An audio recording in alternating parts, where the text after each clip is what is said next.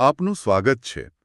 આજે આપણે એક એવી કૃતિની ઊંડાણપૂર્વક ચર્ચા કરવાના છીએ જે અ, એક સદી કરતાં પણ વધુ સમય પહેલા લખાઈ હતી, પણ આજે પણ એટલી જ પ્રાસંગિક છે. અને કદાચ આજે એની વાતો વધુ ડરાવણી પણ લાગે. બરાબર. આજે આપણે ઉરિયા સાહિત્યના કથા સમ્રાટ ફકીર મોહન સેનાપતિ દ્વારા લિખિત સુપ્રસિદ્ધ નવલકથા 6 વીઘા જમીન પર નજર કરીશું.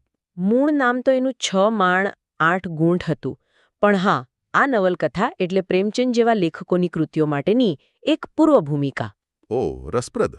હા, કારણ કે એમાં સ્વાધીનતા પહેલાના ગ્રામીણ સમાજ, જમીનદારી પ્રથા અને ખેડૂતોના શોષણનું એટલું વાસ્તવિક ચિત્ર છે, એમ લાગે કે લેખકે બધું નજરે જોયું છે. અને કદાચ જોયું પણ હશે એમના અનુભવને જોતા.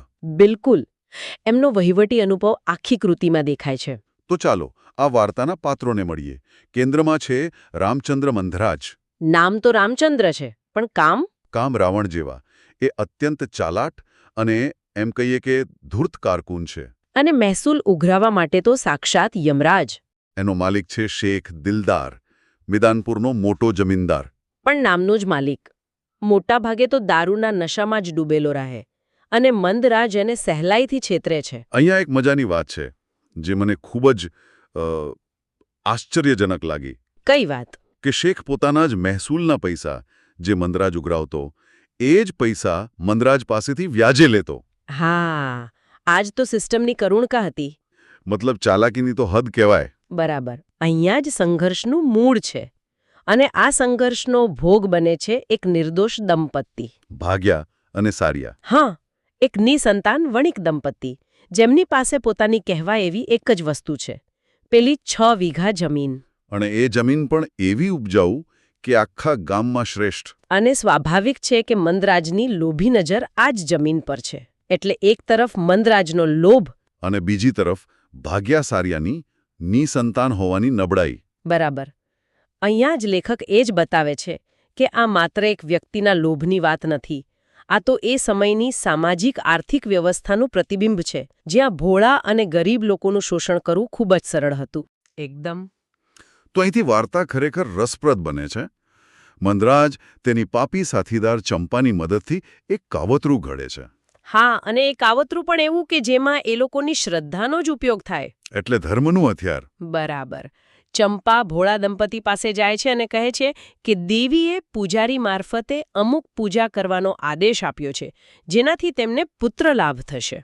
અને નિસંતાન દંપતી માટે તો આનાથી મોટી કોઈ આશા ન હોઈ શકે. એ લોકો તો તરત માની ગયા હશે. ચોક્કસ. પૂજાનું આયોજન થાય છે, પણ મંદરાજે પહેલેથી જ એક યોજના બનાવી રાખી હોય છે. એ દેવીના સિંહાસન નીચે એક ખાડો ખોદાવીને પોતાના એક સાથીને છુપાવી દે છે. ઓ ગોડ! અને જ્યારે દંપતી આંખો બંધ કરીને વરદાન માંગે છે, ત્યારે પેલો માણસ દેવીનો અવાજ કાઢીને કહે છે, શું કહે છે? મારા માટે મંદિર બંધાવો તો 3 દીકરા થશે, નહીં તો ભાગ્યાનું મૃત્યુ થશે. શું વાત કરો છો? એક જ વાક્યમાં આશા અને ડરનું ભયાનક મિશ્રણ. બરાબર.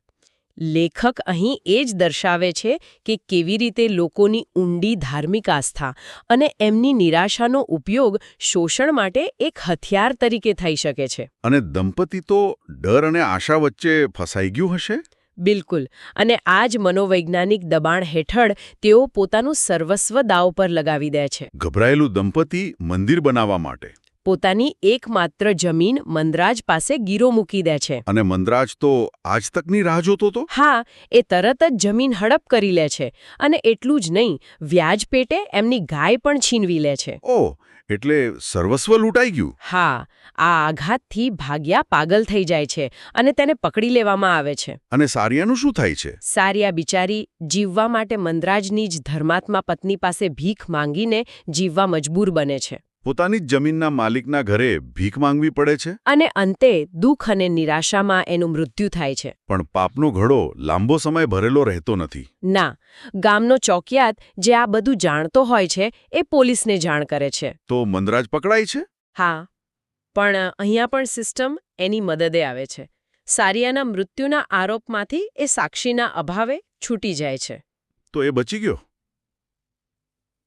આટલું બધું કર્યા પછી પણ? મોટા ગુનામાંથી બચી ગયો, પણ કાયદાએ જાણે બીજો રસ્તો શોધી કાઢ્યો. એને ભાગ્યની ગાય ચોરવાના ગુનામાં 6 મહિનાની સખત મજૂરીની સજા થાય છે. શું વ્યંગ છે! જેણે આખો પરિવાર બરબાદ કર્યો એને સજા મળી એક ગાય ચોરવા માટે? અહીંયા કાયદાકીય ન્યાય અને નૈતિક ન્યાય વચ્ચેનો તફાવત દેખાય છે. અને તેના સાથીઓનું શું થયું? ચંપા અને નોકર ગોવિંદ? જેવું મંદરાજ જેલમાં ગયો એ બંને, ચંપા અને ગોવિંદ, મંદરાજનું બધું ધન લઈને ભાગી જાય છે. એટલે એમણે પણ દગો કર્યો? હા, પણ રસ્તામાં લૂંટના માલની વહેંચણી બાબતે ઝઘડો થાય છે અને ગોવિંદ ચંપાનું ખૂન કરી નાખે છે. અને પછી પોતે પણ નદીમાં ડૂબીને આત્મહત્યા કરી લે છે. એટલે અનિષ્ટ પોતે જ પોતાનો ભોગ લે છે. મંદરાજને એના પાપનો ફળ બીજી રીતે મળ્યો. બરાબર. એના સાથીઓ જ એનો સાથ છોડી દે છે અને એકબીજાનો નાશ કરે છે. અને જેલમાં મંદરાજનું શું થયું? જેલમાં એના જૂના શત્રુઓ હતા જેમણે એણે જ ફસાવ્યા હતા. એ લોકો એને ખૂબ મારે છે. બદલો લેવાનો મોકો મળ્યો એમને. હા, અને પેલો પાગલ ભાગ્યા પણ ત્યાં જ હતો. એ દાંતથી એનું નાક પણ કરડી ખાય છે. ભયાનક. અંતે મરણ પથારીએ એને જેલમાંથી છોડવામાં આવે છે. એ પોતાના સૂમસામ વેરાન ઘરે પાછો ફરે છે. અને પછતાવાના અગ્નિમાં બળતા બળતા મૃત્યુ પામે છે. અને સ્વપ્નમાં એને સતત પોતાની ઉપેક્ષિત પત્ની શાંતિ દેખાયા કરે છે. તો અહીં વાર્તા પૂરી થાય છે. દુષ્ટનો અંત આવ્યો. ના. અને આ જ આ નવલકથાની સૌથી મોટી અને સૌથી ચોટદાર વાત છે. એટલે હજી કંઈક બાકી છે. લેખક અંતમાં એક વાક્ય લખે છે. મંદરાજના મૃત્યુ પછી એનો જે વકીલ હતો એ જ કાયદાકીય દાવપેચ કરીને એની બધી જ જમીન હડપ કરી લે છે. શું વાત કરો છો? મતલબ શોષણનું ચક્ર અટક્યું જ નહીં? બિલકુલ નહીં. માત્ર શોષણ કરનારનો ચહેરો બદલાયો. એક મંદરાજ ગયો તો બીજો આવી ગયો. બરાબર. અને એટલે જ હું કહેતી હતી કે સમસ્યા કોઈ એક વ્યક્તિ નથી, સમસ્યા આખી વ્યવસ્થા છે. ફકીર મોહન સેનાપતિ આપણને કહે છે કે જ્યાં સુધી આ વ્યવસ્થા આવી જ રહેશે ત્યાં સુધી મંદરાજ પેદા થતા રહેશે. આ તો ખરેખર એક યુગ દ્રષ્ટા લેખકની નિશાની છે. ચાલો આ શક્તિશાળી કૃતિના સર્જક વિશે થોડું જાણીએ. ફકીર મોહન સેનાપતિ. એમને સંક્રાંતિ પુરુષ તરીકે પણ ઓળખવામાં આવે છે. શા માટે? કારણ કે એમણે ઉડિયા સાહિત્યને એક નવા યુગમાં પ્રવેશ કરાવ્યો. નાનપણમાં જ માતા પિતા ગુમાવ્યા. જીવન સંઘર્ષોથી ભરેલું રહ્યું. ઓછું ભણેલા હોવા છતાં સ્વ અભ્યાસથી જ જ્ઞાન મેળવ્યું. હા, અને એમના જીવનમાં એક મોટો વળાંક આવ્યો જ્યારે તેઓ બાલેશ્વરના કલેક્ટર જ્હોન બિમ્સના સંપર્કમાં આવ્યા. એણે એમના જીવનને નવી દિશા આપી. ચોક્કસ. એમણે નીલગિરી જેવી જગ્યાએ દિવાન તરીકે કામ કર્યું અને આનાથી જ એમને ગ્રામીણ જીવનને એકદમ નજીકથી જોવાનો મોકો મળ્યો. અને એ અનુભવો જ એમની નવલકથાઓમાં ઉતર્યા. બરાબર. એમણે માત્ર નવલકથાઓ જ નહીં પણ મહાભારતનો ઉડિયામાં અનુવાદ પણ કર્યો, જેના કારણે તેઓ વ્યાસકવિ તરીકે પ્રખ્યાત થયા. અને એમણે પત્રકારત્વમાં પણ યોગદાન આપ્યું. ઉત્કલ પ્રેસની સ્થાપના કરીને. હા, 6 વીઘા જમીન એમની 4 નવલકથાઓમાંની એક છે, જે એમના સમાજ પ્રત્યેના ઊંડા અવલોકન અને કરુણાનું ઉત્કૃષ્ટ ઉદાહરણ છે. તો આ બધી ચર્ચાનો સાર શું છે?